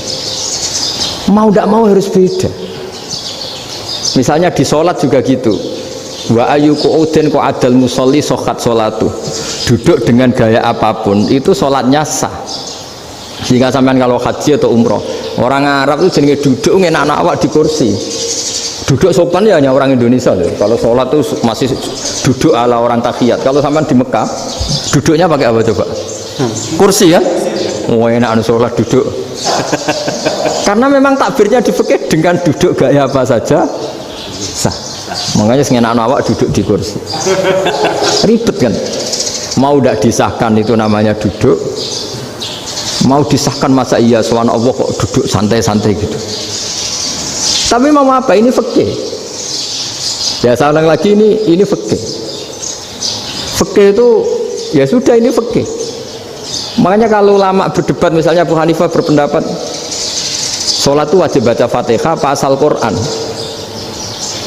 Dalam mainstreamnya ya Fatihah karena la sholata liman lam yaqra bi Fatihatil kitab. Tapi cara Abu Hanifah enggak.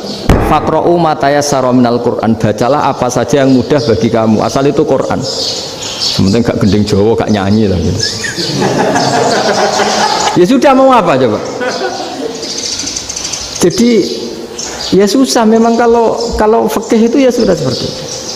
Ada lagi yang masih ekstrim misalnya. Yang namanya menyembelih hewan itu gimana coba? Dari hidup ke mati, apa pasti mati disembelih? Cara mazhab Imam Syafi'i yang namanya menyembelih itu penyembelian harus menjadi sebab kematian. Itu yang sah. Karena lagi penyembelian menjadi sebab kematian yang syar'i. Sehingga beliau mensyaratkan hewan yang disembelih ini masih punya hayatun mustaqirrah, punya kehidupan yang normal. Sehingga kalau nggak disembelih ya hidup. Sehingga kalau ada hewan ketabrak truk kejet-kejet mesti mati nih buat sembelih, itu nggak sah karena nggak usah disembelih ya wes mati kan. Karena ini hanya nunggu koordinasi Israel kan, dia kejet-kejet itu kan prosedur itu. Tapi tidak disembelih pun mati. Tapi cara mazhab Malik enggak. Pokoknya anggere jek duwe nyawa jenenge kewan urip. Dengan kamu sembelih berarti matine mergo mbok sembelih. Meskipun nanti ya enggak usah disembelih ya mati. Coba hitung secara ilmu matematika. Kalau enggak disembelih hidupnya 5 menit. Gara-gara kamu sembelih hidupnya langsung mati. Terus dia matinya, cara di persidangan matinya disebabkan apa? Disebabkan disembelih apa kecelakaan? Loh, debat tuh kamu. Sama-sama UMM aja debat. Kalau yang kecelakaan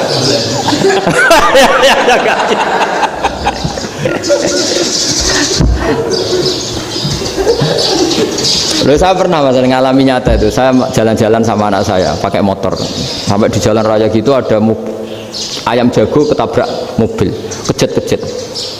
Orangnya tanya, Gus ini halal tau ora? Wis kanggo kon halal lah. Suatu saat dia nggak terima kan, tanya, kenapa Gus? Ya nak kiai ra pantes, masuk kewan mesti mati nih tak sembelih, nak kiai pantes kata. Karena aku tahu kamu tuh gak kiai, mesti motifnya itu mergo jago, jajal cilik gak aku takokno. Ada kan ayam itu bayi kan gak ditanyakan, kejat-kejat mati rak lah, wong cilik wae. Tapi masalahnya ini kan jago, eman ya. Tapi secara fikih pertanyaannya tadi, hewan yang sudah tidak punya hayatun mustaqirrah, dia hanya punya al-hayat al-ittiroriyah, dia punya harokah ittiroriyah, dia mati kejet-kejet, memang prosedur mati harus seperti itu. Mbok kecelakaan kayak apa, kalau mati kan kejet-kejet dulu. Nah ketika kejet-kejet ini pertanyaannya ini kan hidup apa mati namanya? Enggak, namanya hidup apa mati? Pas kejet-kejet itu hidup. Cara Imam Malik itu hidup. Ya sudah, kalau hidup disembelih ya halal. Karena misalnya nanti kalau nggak disembelih matinya kan 2 menit lagi, gara-gara disembelih mati sekarang. Tetap penyebab kematian itu nyembelih. Penyembelian ini sebab kematian. Tapi kalau Imam Syafi'i enggak, cara berpikir wes nemen, paling roh besok kaget langsung mati. Kalau gitu berarti kamu nyembelih barang mati. Jadi fikih itu kadang unik. Makanya ketika ngitung fikih itu unik ya. Orang keluar mani wajib apa? Mandi kan. Terus Imam Syafi'i ditanya, kenapa kalau orang lahir kelahiran juga harus mandi? Namanya nifas. Fa innal walada waliyun munakidun. Nah, anak ya mani yang menggumpal. Bedanya apa anak dengan mani itu? Jadi fikih itu kadang lucu. Di rumah-rumah tenan juga lucu. Keluar mani wajib mandi. Berarti kalau keluar anak ya wajib mandi, karena hakikatnya anak adalah mani yang mengkristal. Terus usia sudah didosan macam-macam itu kan hakikatnya mani. Itu fikih. Nah terus ditanya, kenapa kalau lahir langsung mati tidak wajib disolati? Ya jawabannya Mas Syafi'i lucu. Di mana-mana sholat itu nyolati mayit. Yang namanya mayit itu pernah hidup terus mati. Kalau itu tidak mayit ya sudah. Jadi kadang, ya iya kan disebut sholat mayit. Yang namanya mayit itu apa? Pernah hidup. Pernah hidup. Nah ini kan tidak pernah hidup. Maka ya sudah seperti itu. Jadi nggak khilaf itu nggak mungkin. Nah kalau qit'atul lahmin, kalau hanya potongan daging, mungkin wah itu tidak manusia karena qit'atul lahmin. Sekarang pertanyaannya, kalau sudah berbentuk manusia, meskipun tidak pernah hidup, nah ini mulai perdebatan karena melihat tidak pernah hidup itu nggak memenuhi syarat, tapi melihat ini sudah suratu adamiyin, bentuknya sudah. Nah kira-kira gitu perdebatan fikih. Makanya dulu awal mula zaman sahabat itu sudah debat. Masyhur kan, Nabi ada kontingen ke Bani Quraidah. Ya kalau kira-kira saya minta Pak Rektor kamu jangan, kalau ke Malang jangan sholat asar kecuali sampai Tuban. Sebelum Tuban ternyata matahari mau tenggelam. Terus Pak Rektor milih, wah sudah sholat di Bulu. Padahal belum Tuban. Padahal saya bilang jangan sholat asar kecuali di Tuban. Yang Pak Haris enggak, tetap sholat di Tuban meskipun matahari sudah tenggelam. Karena Nabi menyebut Tuban. Singkat cerita, zaman itu kan Bani Quraidah. La tusolliyanal asra illa fi Bani Quraidah. Kalian semua jangan sholat asar kecuali sampai Bani Quraidah. Ternyata di tengah perjalanan matahari sudah mau tenggelam, kira-kira kurang 2 menit atau 3 menit. Sahabat-sahabat, sudahlah kita sholat asar di sini. Kalau sampai sana pasti sudah tenggelam. Separuh sholat. Yang separuh enggak, kata Nabi harus di Bani Quraidah. Ya sudah nunggu di Bani Quraidah meskipun matahari sudah tenggelam. Sehingga cerita dua kelompok ini matur, ya Rasulullah kita ngalami ini perdebatan gini-gini.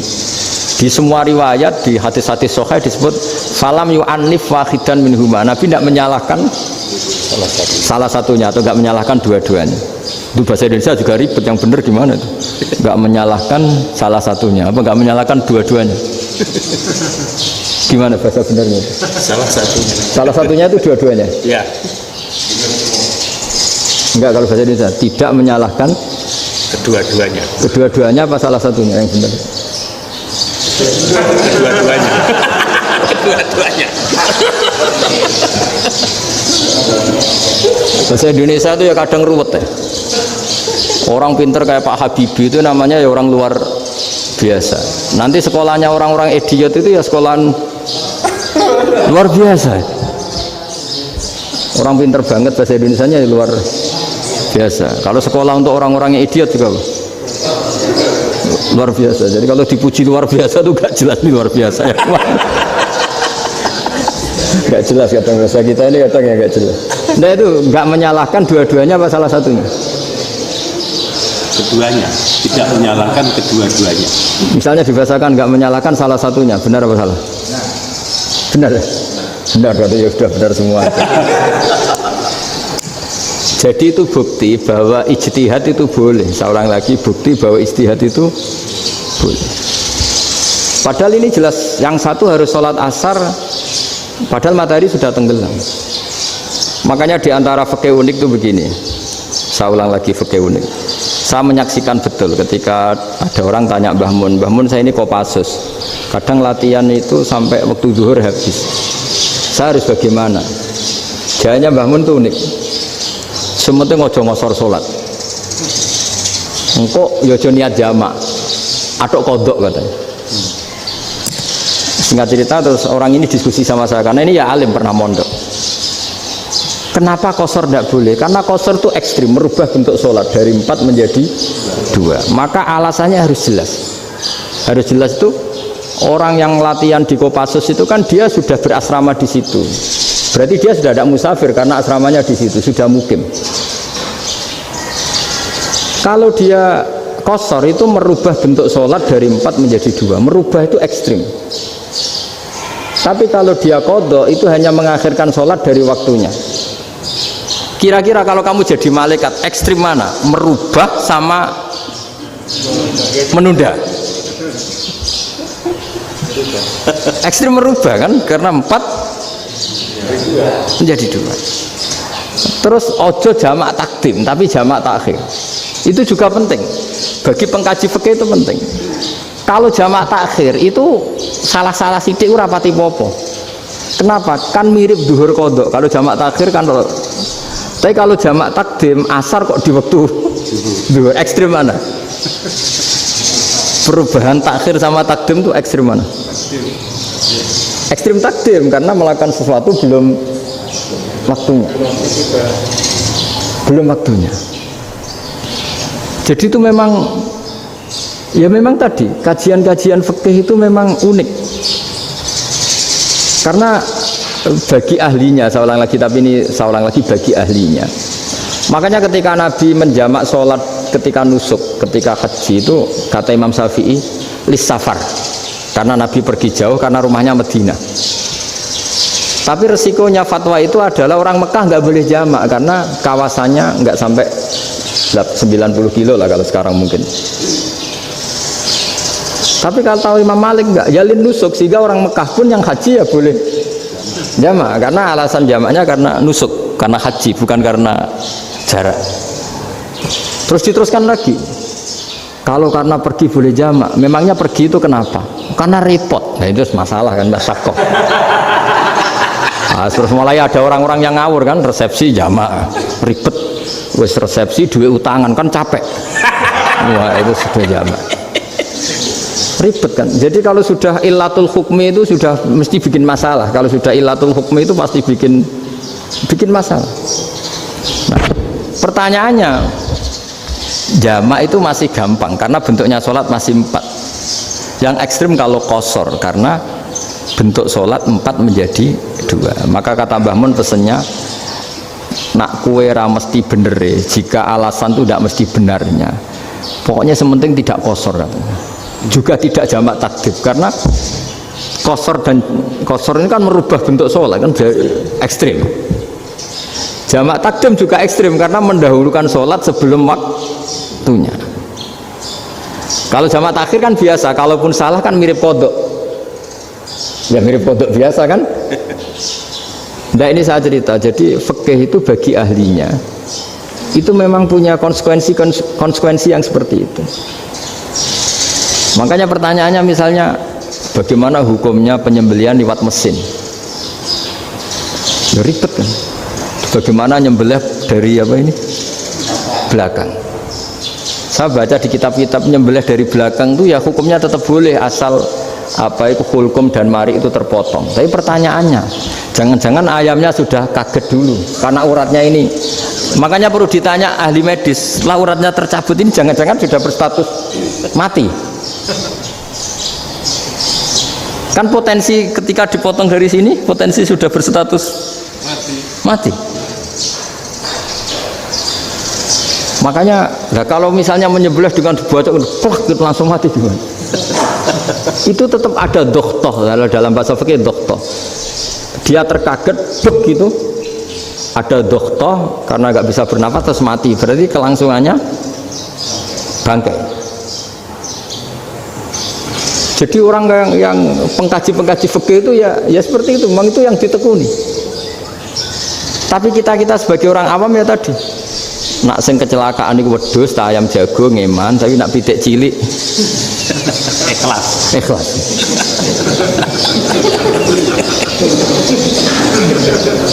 Makanya ada pertanyaan orang-orang, saya pernah ditanya itu ya bingung tenan. Gus, kalau ada orang mati oplosan misalnya, jenengan datang sholat enggak?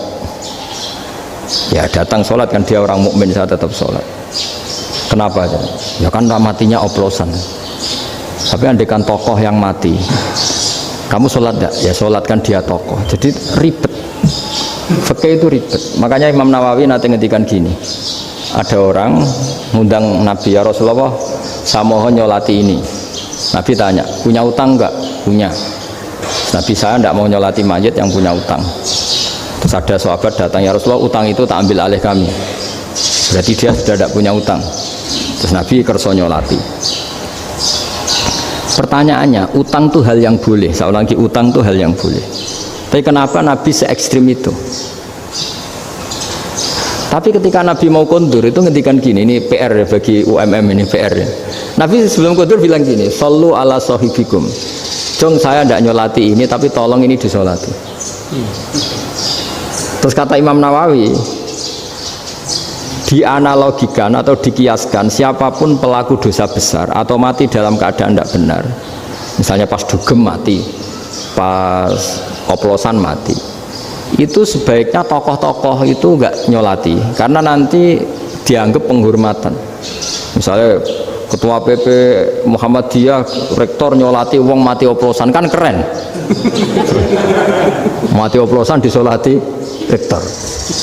Ya sudah, tapi kalau nggak disolati nanti ada tradisi yang keliru, yaitu janazatul muslim tidak ngalami disolati, padahal siapapun yang muslim janazahnya harus disolati.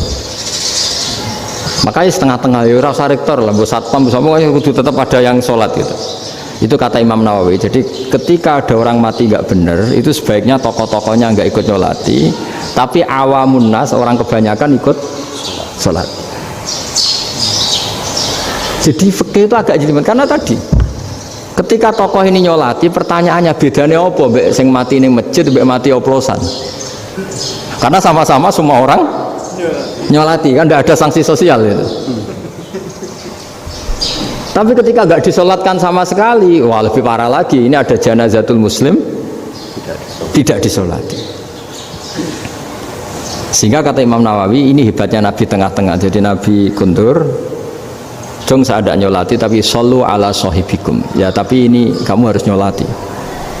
Terus kata Imam Nawawi, orang yang mati bunuh diri, orang yang mati oplosan, orang mati secara nggak benar, itu asal dia muslim tetap wajib disolati, karena sholat ini hakul muslim. Kan seorang muslim diantara haknya apa? Ketika mati dikafani, dimandikan, disolat. Tapi ini masalahnya matinya pas murtakibul kabiroh, pas melakukan dosa besar, dan itu sebab kematiannya. Kalau dia oplosan, kan sebab matinya karena oplosan. Ya kan terus ribet.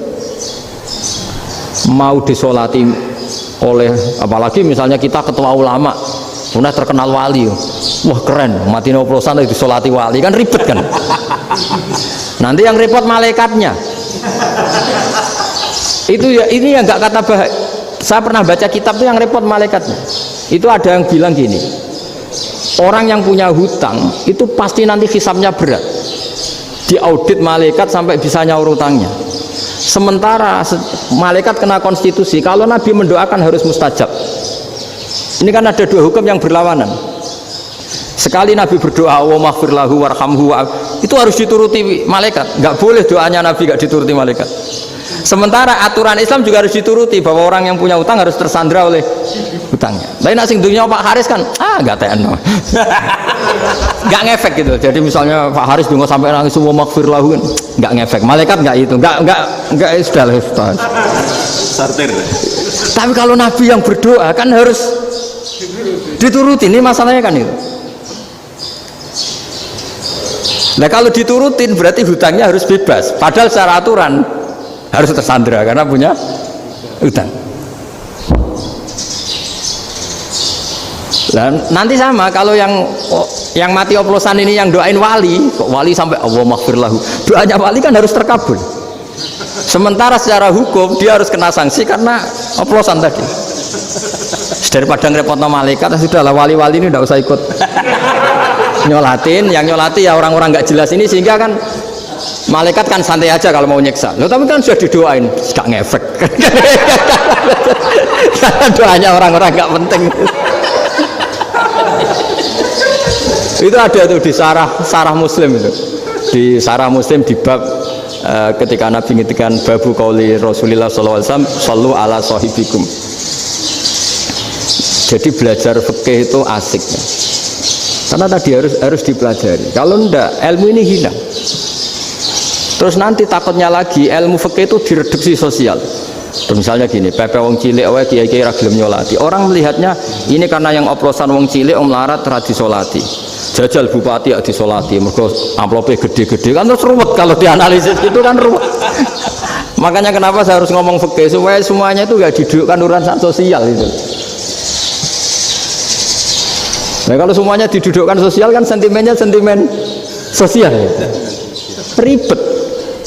Padahal yang sering mati oplosan itu kan ngomong cilik gitu loh, karena tadi kalau wong sugih kan pakai whisky yang mahal yang insya Allah tidak mati kan gitu.